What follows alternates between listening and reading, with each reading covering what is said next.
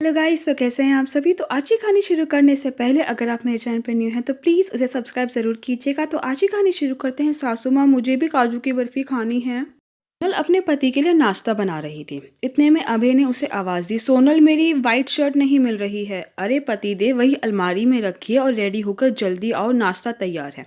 आपकी पसंद के गोभी के पराठे बनाए हैं। इतनी ही देर में सास ससुर भी डाइनिंग टेबल के पास आ गए। तो मैंने कहा, मम्मी आप लोग भी नाश्ता कर लीजिए। तो सासू माँ बोली, हाँ तुम नाश्ता लगाओ, मैं अभी आती हूँ।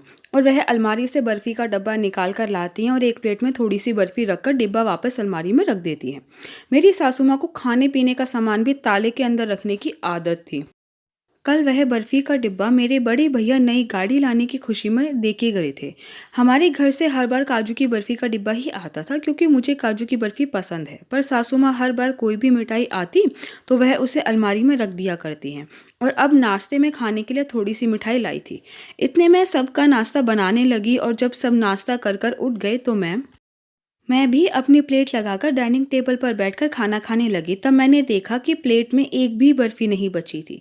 मैंने नाश्ता करा और फिर घर के बाकी काम निपटाने लगी। दोपहर को मेरी ननंद सासू माँ से मिलने आई। तब फिर से मेरी सासू माँ ने एक प्लेट में बर्फ़ी रखी और उसके लिए नाश्ते में लगा दी। तो मेरी ननंद बोली, वाह मम्मी, काजू की बर्फ़ी कहाँ से आई। तो सासू माँ कहने लगी कि कल बहू का भाई आया था, वह लेकर आया था। तो ननंद जी कहने लगी कि पता है मम्मी, अपने घर में तो बढ़िया है, यहाँ किसी भी चीज़ की टोका टाकी नहीं है। पता है आपको, दिवाली पर आपने अपने हाथों से मेरे लिए जो गुलाब जामुन बनाकर दिए थे, मेरी सासू माँ ने मुझे थोड़ा सा भी खाने के लिए नहीं दिया। यह भी नहीं सोचा कि आपने अपनी बेटी के लिए उसकी पसंद की कोई चीज़ भेजी है तो कम से कम थोड़ा सा तो खाने के लिए दे। बिटिया की यह बात सुनकर सासू माँ मन ही मन शर्मिंदा हो गई क्योंकि उन्हें भी पता था कि उनकी बहू को काजू की बर्फ़ी कितनी पसंद है। इसीलिए जब भी कोई मौका होता तो उसकी मम्मी 4 डिब्बे भेजती है, तो उसमें से 2 डिब्बे काजू की बर्फ़ी के होते ही हैं। उसकी मम्मी भी सोचती होगी कि अगर ज़्यादा सामान होगा तो उनकी बेटी भी मन भर कर खा लेगी। पर मैं भी कितनी पापन हूँ, बहू को तो मिठाई को हाथ भी नहीं लगाने देती हूँ।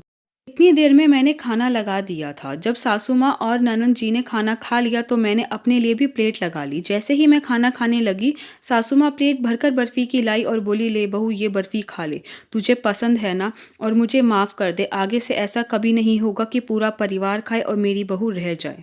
आई होप गाइस कि आपको आज की मेरी वीडियो पसंद आएगी, और आपको मेरी वीडियो पसंद आई तो प्लीज़ उसे लाइक ज़रूर कीजिएगा, शेयर कीजिएगा, मुझे कमेंट करके बताइएगा कि आपको मेरी वीडियो कैसी लगी। अगर आपने अभी तक मेरे चैनल को सब्सक्राइब नहीं किया तो प्लीज़ उसे सब्सक्राइब ज़रूर कीजिएगा। Thank you so much guys मेरी वीडियो देखने के लिए।